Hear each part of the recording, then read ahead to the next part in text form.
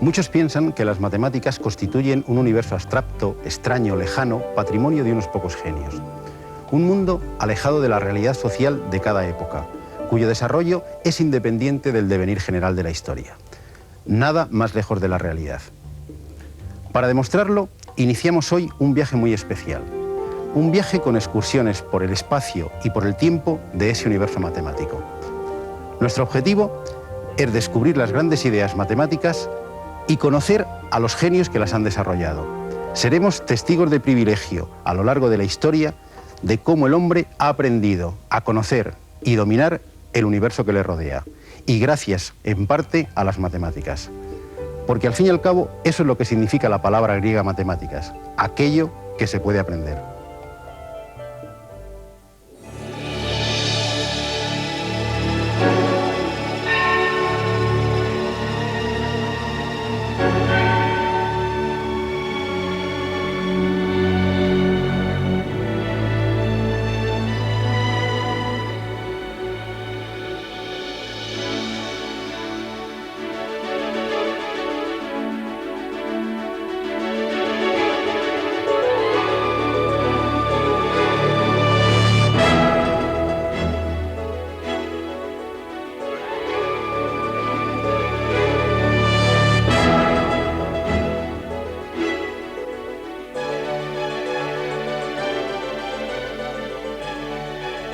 ¿Dónde empezaremos este viaje? Pues ningún sitio mejor que la Luna. Sí, nuestro satélite. En ningún sitio sobre la superficie terrestre podemos encontrar tantos matemáticos juntos como en los cráteres de la Luna. Pitágoras, Euclides, Ptolomeo, Arquímedes, Apolonio, Bernoulli, Newton, Descartes, Leibniz, Euler, Gauss, Laplace y tantos otros matemáticos. Todos ellos, de una forma tan poética como simbólica, están presentes en la Luna.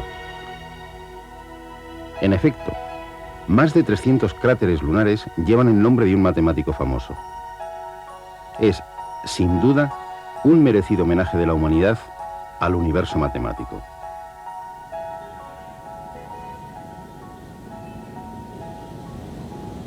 Pero volvamos a la Tierra.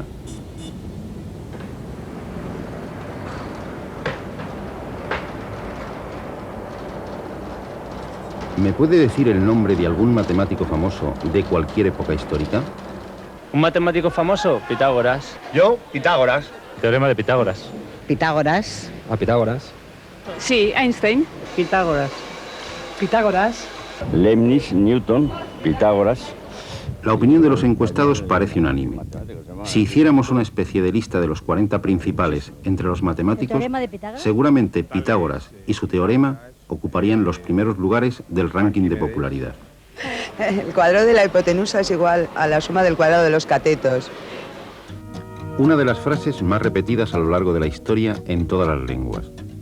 El cuadrado de la hipotenusa de un triángulo rectángulo es igual a la suma de los cuadrados de los catetos.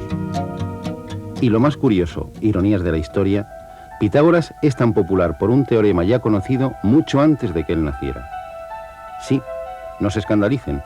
El teorema de Pitágoras realmente no es de Pitágoras, e incluso existen serias dudas de que él lo demostrara. De lo que no cabe duda es que este teorema es el que cuenta con mayor número de demostraciones distintas. Scott Loomis reunió y publicó a principios de este siglo 367 demostraciones diferentes del famoso teorema. Una de ellas de un presidente de los Estados Unidos, James A. Garfield, en 1876. Aunque seguramente la más antigua sea la de los chinos, descubierta hacia el año 1000 a.C. Lo que no deja lugar a dudas es que constituye una de las demostraciones más naturales y elegantes. Recordemos que el área de un rectángulo es base por altura. El área de un triángulo, que es la mitad de un rectángulo, será por tanto base por altura partido por 2. La idea es construir, a partir de un triángulo rectángulo, un cuadrado de lados B más C.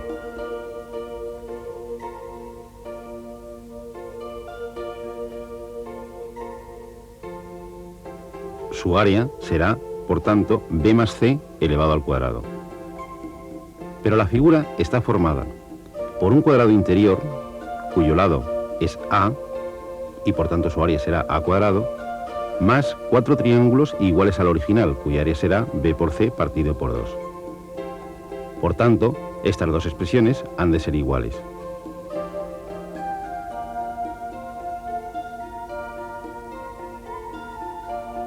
Simplificando las expresiones, obtendremos que a cuadrado más 2bc ha de ser igual a b cuadrado más c cuadrado más 2bc, y simplificando, a cuadrado igual a b cuadrado más c cuadrado. Es decir, el cuadrado de la hipotenusa es igual a la suma de los cuadrados de los catetos. Decididamente, una elegante joya matemática de 3000 años de antigüedad, de la que Pitágoras nunca pudo tener noticias. De lo que con toda seguridad sí tuvo noticias es de la utilización de algunos resultados parciales de su teorema por parte de dos culturas anteriores, los egipcios y los babilonios.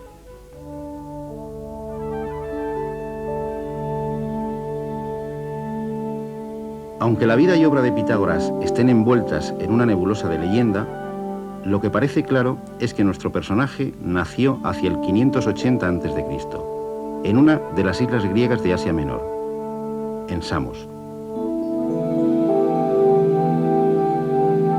Parece que fue Tales, uno de los 7 sabios de Grecia, el que le aconsejó viajar para enriquecer su espíritu a los dos focos culturales de la época, Egipto y Fenicia.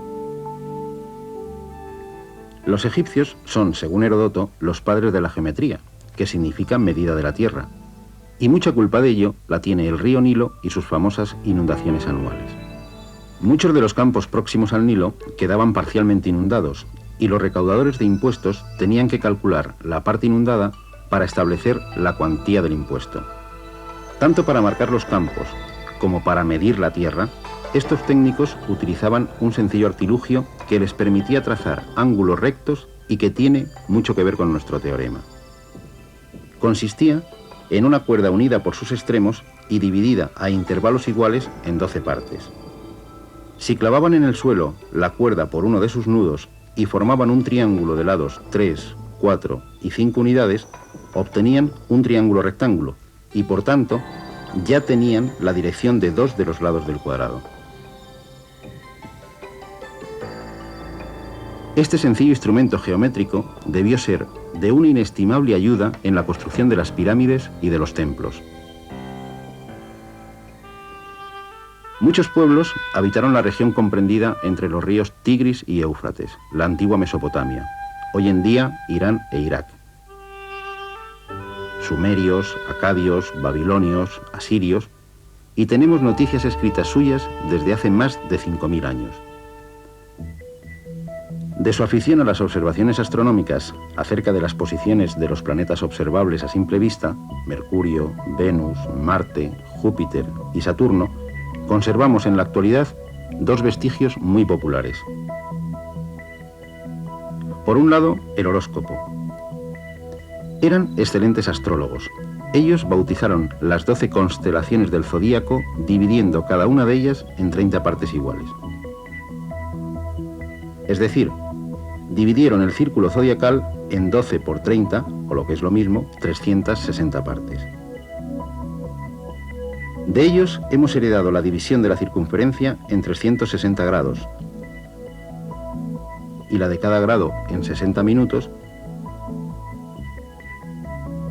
y cada minuto en 60 segundos.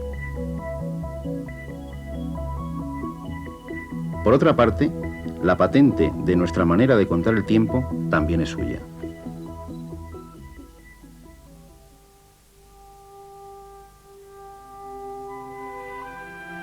Los babilonios escribían sobre tablillas de arcilla con punzones.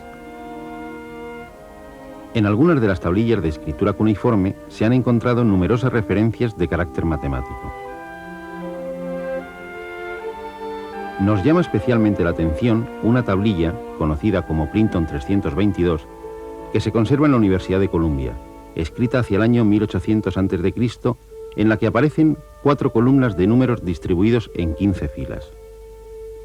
En apariencia, podía tratarse de algún tipo de anotación contable, pero descifrados los números, corresponden a la primera relación de ternas pitagóricas de la que se tenga conocimiento.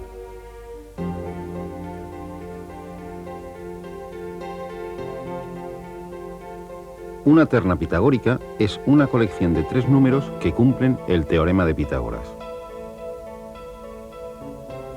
Los babilonios podían obtener las medidas de los lados de un triángulo rectángulo a partir de 2 números enteros, P y Q, haciendo A igual a P cuadrado más Q cuadrado, B igual a 2PQ y C igual a P cuadrado menos Q cuadrado, siendo A, B y C las medidas de los lados del triángulo.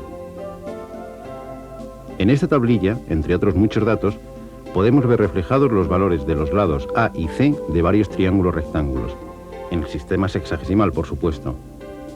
El lado B estaría en una columna que ya no se conserva. Analicemos una fila. El lado C viene expresado mediante 1,59, que traducido a nuestro sistema decimal significaría 1 por 60 más 59, es decir, 119. El lado A se puede calcular directamente de forma análoga. El lado B, el que no aparece, se puede deducir directamente de los valores expresados en la primera columna, en lo que aparece el cociente A cuadrado partido por B cuadrado. Decididamente, aunque no se haya encontrado ninguna tablilla con la demostración del teorema, parece bastante evidente que los babilonios conocían y aplicaban el teorema de Pitágoras 1000 años antes de que éste naciera. Por suerte para Pitágoras, esta tablilla no fue descifrada hasta el siglo XIX, aunque seguramente él tuvo conocimiento de los descubrimientos babilónicos en alguno de sus viajes por Asia Menor. ¿Es inmerecida entonces la popularidad de Pitágoras? Por supuesto que no. Para empezar, el término matemáticas, así como el de filosofía, se lo debemos a él. La figura de Pitágoras está envuelta en un halo de leyenda, de misticismo y hasta de culto religioso. Y no es tan extraño si pensamos que fue contemporáneo de Buda, de Confucio y de Lao Tse, los fundadores de las principales religiones orientales.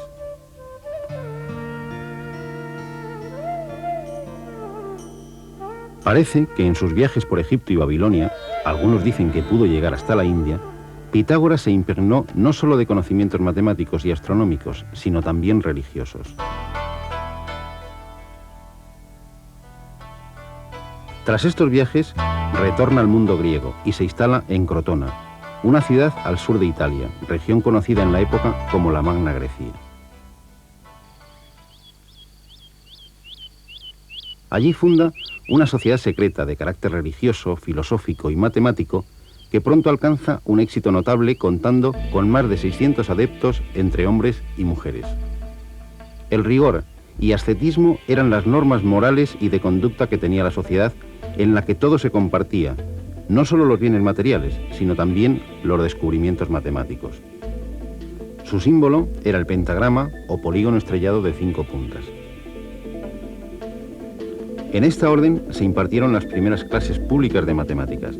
Los miembros se dividían en 2 categorías, los novicios, denominados auditores, porque no tenían derecho a hablar durante las disertaciones, y los matemáticos, que eran los que habían accedido a los más altos conocimientos.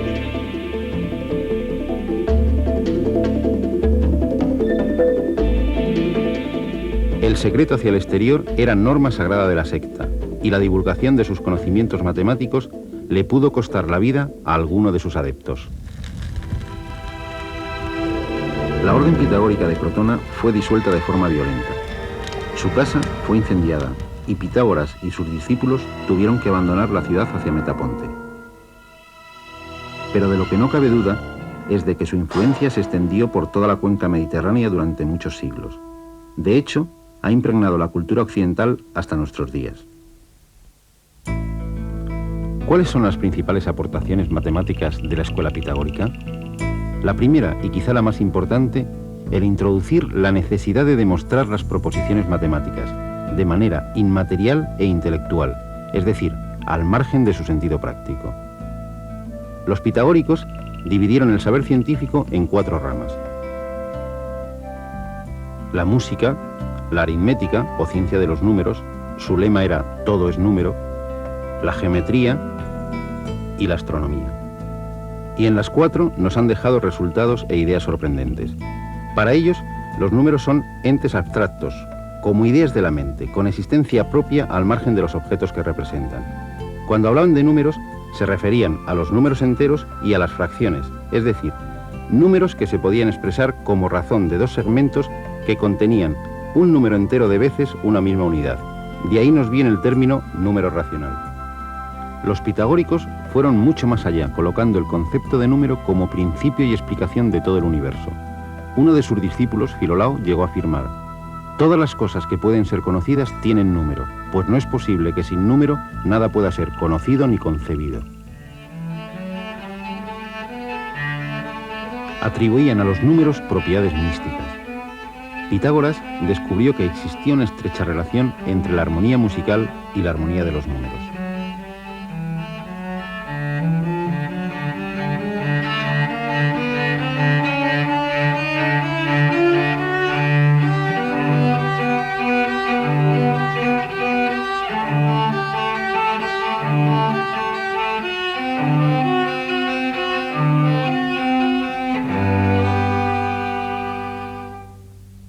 Si pulsamos una cuerda tirante, obtenemos una nota.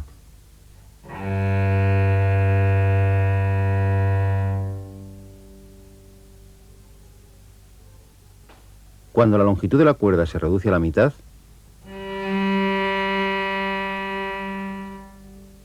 obtenemos una octava.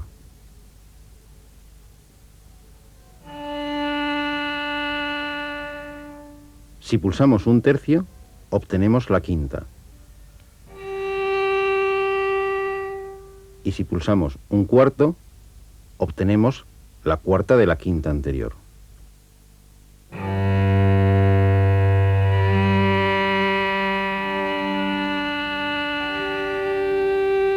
La armonía musical expresada mediante los números 1, 2, 3 y 4.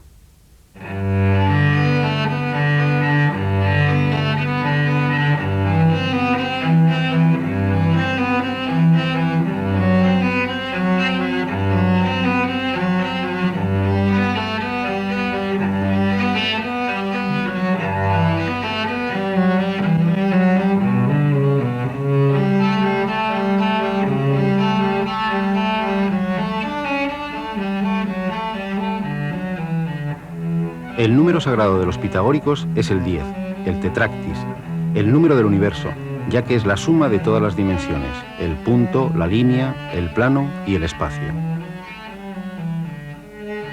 Su concepción de los números enteros como puntos materiales les permitió estudiar las relaciones curiosas entre los números, asociándolas con las figuras geométricas. Con 3 puntos se puede formar un triángulo. El número 3 es un número triangular. Si a estos 3 puntos les añadimos otra fila de 3, formamos otro triángulo. El número 6 es también triangular. Si añadimos otra fila de 4, tendremos el siguiente número triangular, el 10. De forma análoga, 4 puntos forman un cuadrado, al igual que 9, 16, 25. Estos son los números cuadrados. De la misma manera se pueden obtener los números pentagonales o los hexagonales. Seguramente también es de origen pitagórico la idea de número perfecto.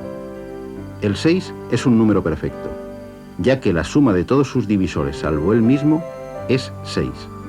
28 también es un número perfecto. Para encontrar el siguiente número tenemos que dar un gran salto. Es 496. No es tan fácil encontrarlo. En el libro 9 de los elementos, Euclides nos deja perplejos con su teorema 36, que proporciona un método original para encontrar números perfectos. Es este: si tantos números como se quiera, a partir de una unidad, se disponen en proporción duplicada hasta que su suma total resulte un número primo, el total multiplicado por el último número será un número perfecto. Pueden comprobar que 496 es un número de esta forma.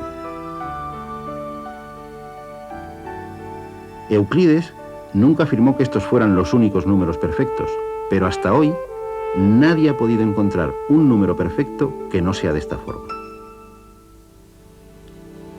En el terreno de la astronomía, los pitagóricos también dejaron su herencia a la humanidad. En este caso, una herencia que ha prevalecido como doctrina científica más de 2000 años, la teoría geocéntrica del universo. En efecto, los pitagóricos son los primeros que ofrecen un modelo cosmológico para explicar los fenómenos que vemos en el cielo. Situaron la Tierra como una esfera que ocupa el centro del universo, y girando alrededor de esta, la Luna, el Sol y los 5 planetas. La expresión música celestial quizá también sea un legado pitagórico, ya que colocaron a la Luna, al Sol y a los planetas en esferas cristalinas concéntricas con la Tierra, y cuyas distancias estaban en la proporción de la escala musical, de tal manera que cada astro viajaba por el espacio produciendo una nota característica.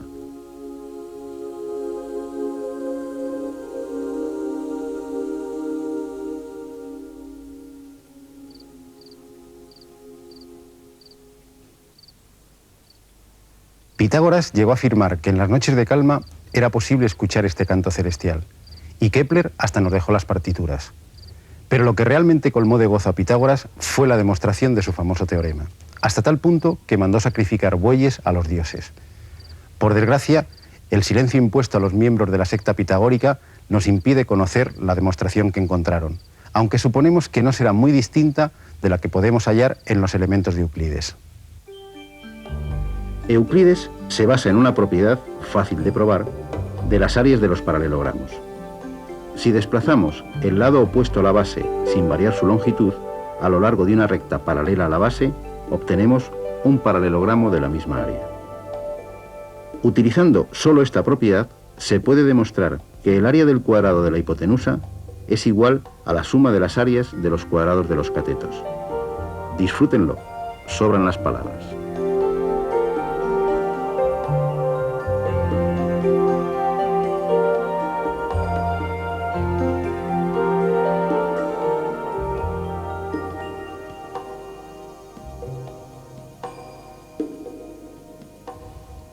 El teorema de Pitágoras abría la puerta a la existencia de números no conmensurables, es decir, de segmentos que no pueden expresarse como múltiplos enteros de una misma unidad.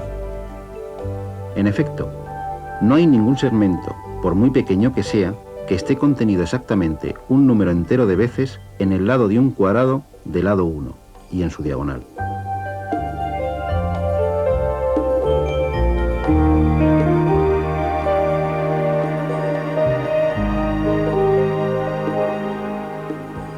Hoy decimos que el número raíz de 2 es un número irracional, es decir, un número que no se puede expresar con los únicos números que admitían los pitagóricos, los enteros y las fracciones.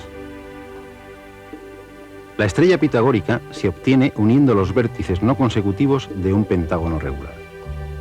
En ella aparecen 4 tipos de segmentos de longitudes diferentes: AB, BC, CD y CE.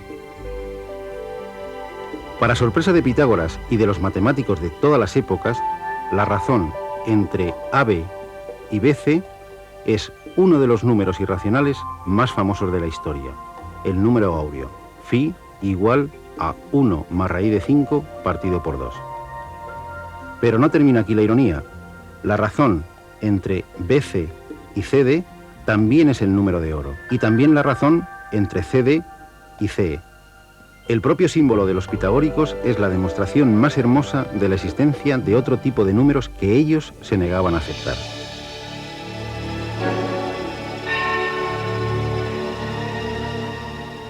A veces, la matemática, como el dios Cronos, devora a sus propios hijos, aunque luego los eleve a una gloria imperecedera.